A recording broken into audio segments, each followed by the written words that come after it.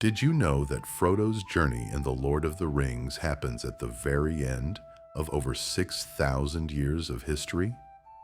That means the War of the Ring wasn't the beginning of the story. It was the final chapter of an age-long saga that started long before hobbits ever walked the Shire. Today, we're going to unravel the entire timeline of Middle-earth, from the creation of the world itself, through the rise and fall of kingdoms, to the moment when Aragorn takes the throne and ushers in the Fourth Age. And stay with me until the end, because Tolkien actually left a hint that Middle-earth eventually becomes our own world. Once you see that connection, you'll never look at The Lord of the Rings the same way again. But first, let's make sense of what an age even is.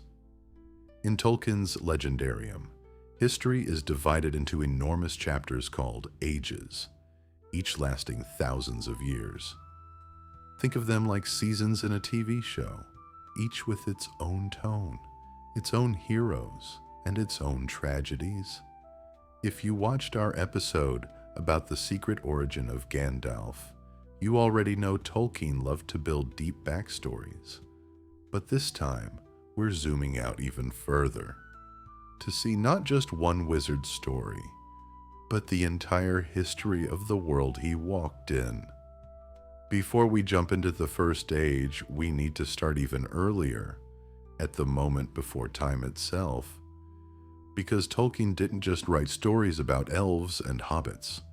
He created an entire mythological beginning of the universe, a creation song that brought the world into existence. So let's go back to where it all started. Not to the Shire, not to Gondor, but to a place where there was no sun, no moon, and no Middle-earth yet. Just a song. And from that song, everything was born.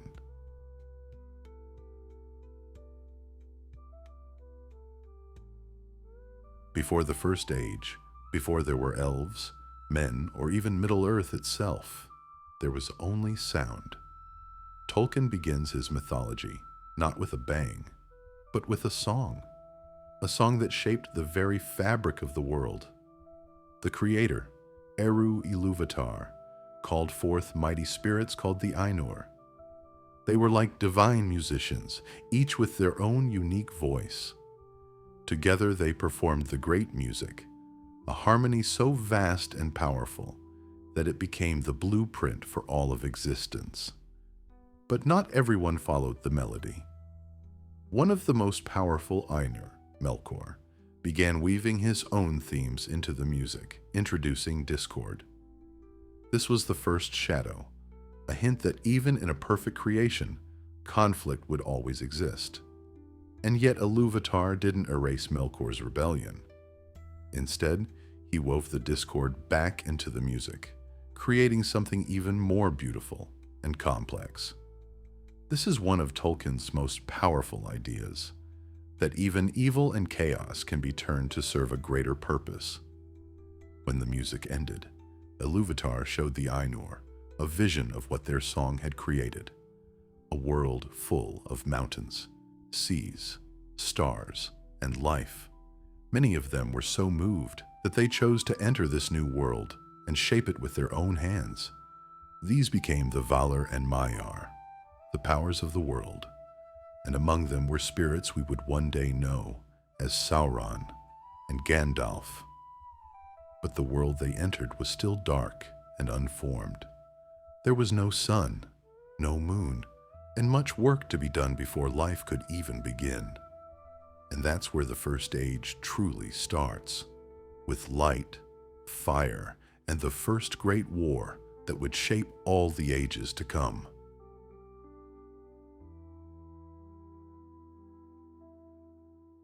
When the Ainur entered the world, they began shaping it into the vision they had seen in the music. Mountains rose like sleeping giants. Oceans spread out like mirrors, and the first stars were hung across the black sky. But peace did not last. Melkor, the most powerful of the Ainur, wanted this new world for himself. Wherever the other Valar built, he destroyed. Wherever they lit fires, he smothered them. The first wars of Arda were fought before any living creature ever walked upon the earth. In time, the Valar prevailed. They captured Melkor, chained him, and held him in the halls of justice for 3 long ages. During this time of peace, the first children of Ilúvatar awoke, the Elves, opening their eyes under the starlight. The Valar were amazed by their beauty and wisdom. But Melkor, still seething with hate, secretly corrupted and twisted some of these elves into the first orcs, a dark mockery that would haunt the world forever. This was an age of fiersts, and among them rose Fëanor, the greatest of the Noldor elves, who crafted the Silmarils, 3 perfect jewels that captured the light of the 2 trees, the only sources of light before the sun and moon. The Silmarils were unlike anything the world had ever seen, blazing with pure, living light. But tragedy struck. The Valar eventually freed Melkor, hoping he had repented. He had not. Together with a monstrous spider-like being named Ungoliant, he destroyed the 2 trees, plunging the world into darkness. Then he slew Fëanor's father, the High King, and stole the Silmarils, fleeing north to his great fortress of Angband. Fëanor's grief turned to fire. He swore a terrible oath with his 7 sons that they would recover the Silmarils at any cost, even if it meant defying the Valar themselves. This oath led to the first kinslaying, as Fëanor and his followers shed elvish blood to seize ships and sail to Middle-earth, burning the ships behind them so no one could turn back. The long war that followed was a story of shining heroism and heartbreaking tragedy. Hidden kingdoms rose, like the secret city of Gondolin, which stood as a beacon of hope until it fell in fire and betrayal. Great love stories were told, like that of Beren and Luthien, a mortal man and an immortal elf maiden who together dared to slip into Morgoth's fortress and cut a Silmaril from his iron crown. And from their line came Arendil, the greatest mariner who ever lived, who sailed beyond the mortal seas to beg the Valar for help against Morgoth. The Valar answered his plea.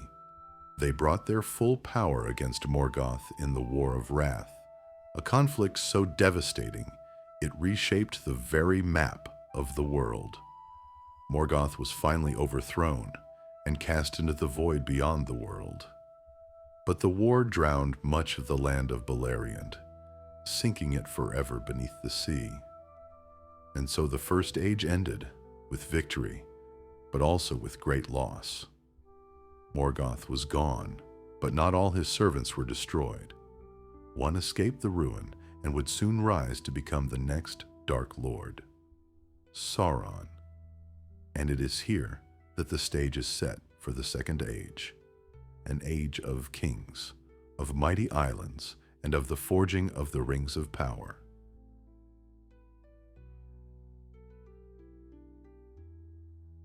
With Morgoth gone, the world entered a time of rebuilding. The Valar, moved by pity for the few faithful humans who had fought beside the elves in the First Age, gave them a gift, a star-shaped island in the middle of the Great Sea. This island was called Númenor, and it became the most advanced and beautiful kingdom of men ever to exist. The Númenorians were tall, wise, and long-lived, blessed with lifespans far greater than ordinary men. They built shining cities, sailed across the seas, and their navy became unmatched. For a time, Númenor was a beacon of peace and prosperity. But not all was well. The shadow of Morgoth still lingered, and his chief servant Sauron had survived. He began to rebuild his strength in Middle-earth, gathering orcs and dark creatures, establishing himself as a new dark power. Meanwhile, the Númenóreans grew restless.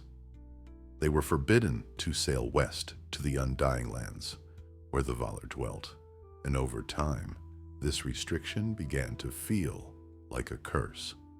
Their kings became proud, desiring immortality, and resentment slowly poisoned their hearts.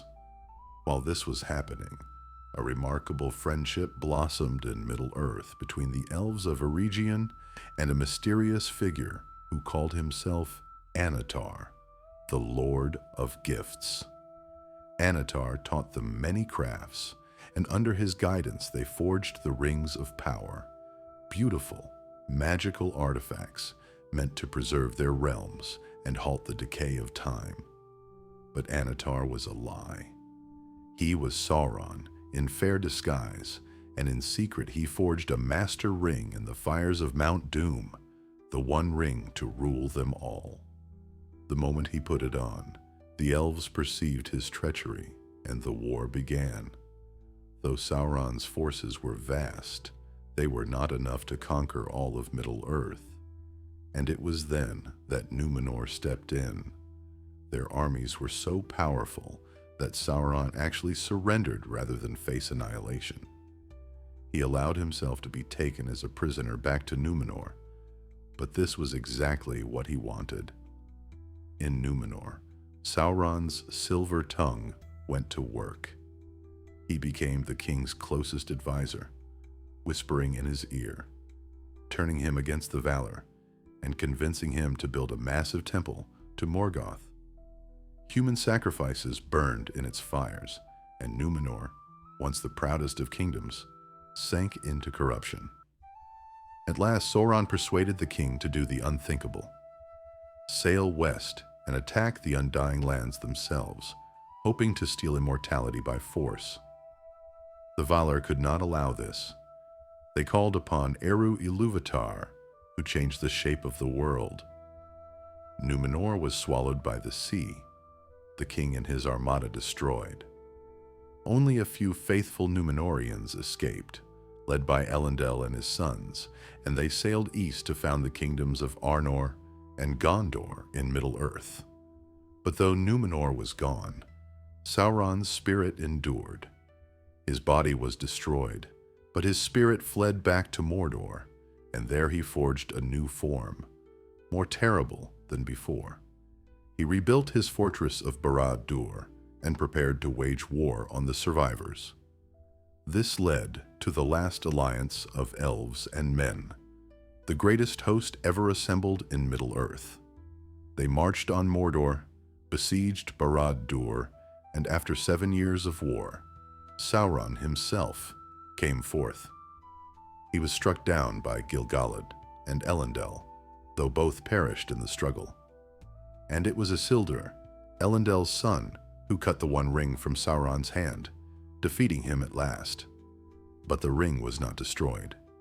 Isildur kept it, believing it to be his by right, and that choice would shape the fate of the Third Age.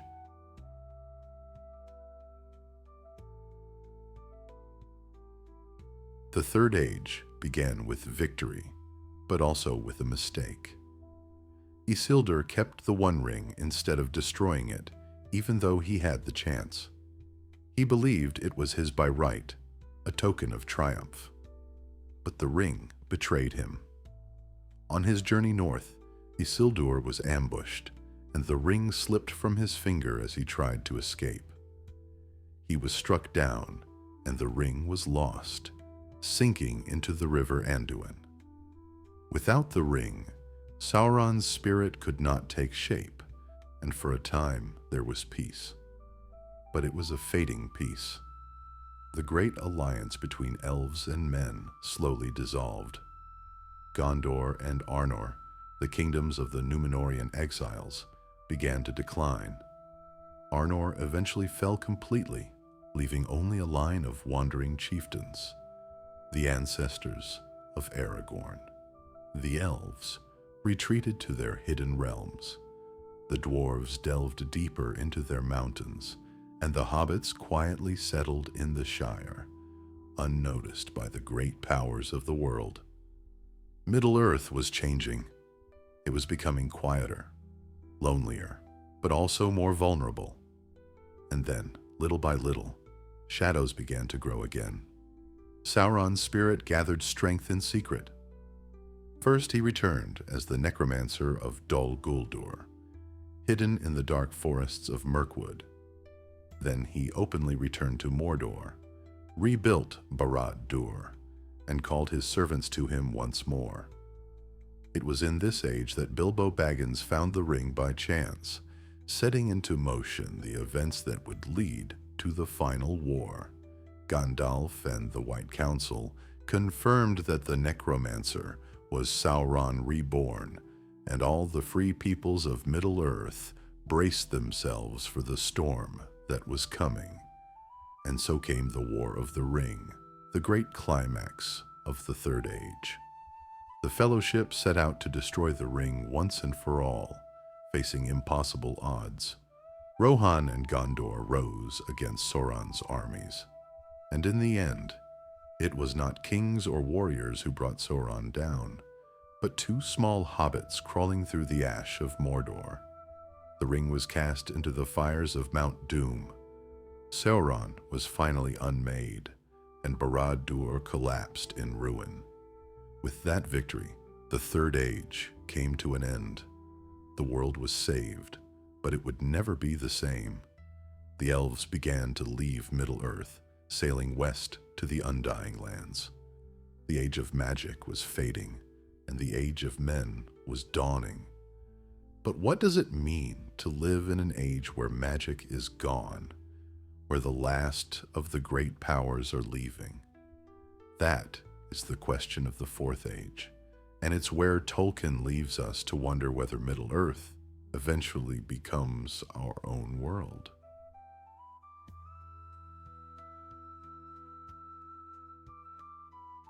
With Sauron destroyed, the world entered a new chapter, the Fourth Age, the Age of Men.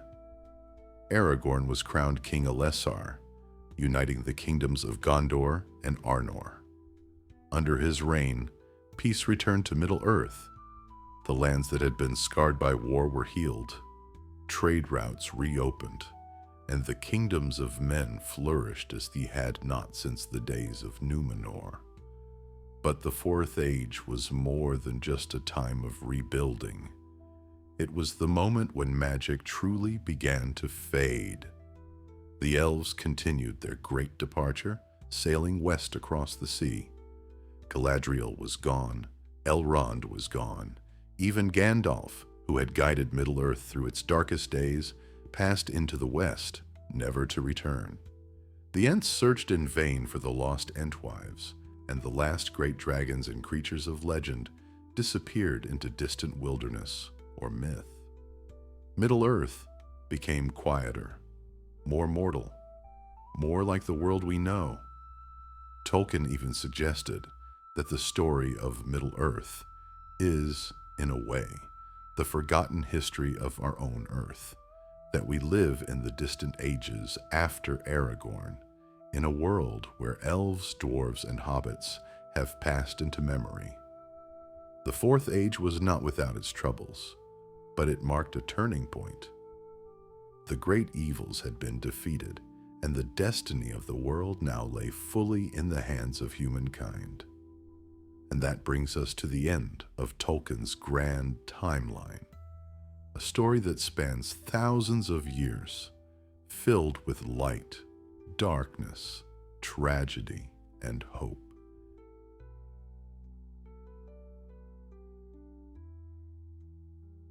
So now you've seen it, the full sweep of Middle-earth's history. From the first notes of the music of the Ainur, through the shining light of the two trees, the wars against Morgoth, the rise and fall of Númenor, the forging of the Rings of Power, the fall of Sauron, and finally, the dawn of the Age of Men. Each age was like a chapter in a single vast story, and the tale of Frodo and the Fellowship was just the final few pages. Tolkien didn't just write a fantasy adventure. He built an entire mythology, one that feels as deep and ancient as the myths of our own world. And perhaps that is the most powerful part of it all. Knowing that Middle-earth was never meant to stay a place of magic forever. It was meant to become a world that feels familiar, our world, carrying with it the memory of elves, the courage of hobbits, and the wisdom of Gandalf. If you want to dive even deeper into this mythology, check out our episode on the secret origin of Gandalf. It reveals how one humble wizard became the guardian of Middle-earth's fate. And if you enjoyed this journey through time, hit subscribe so you don't miss the next adventure.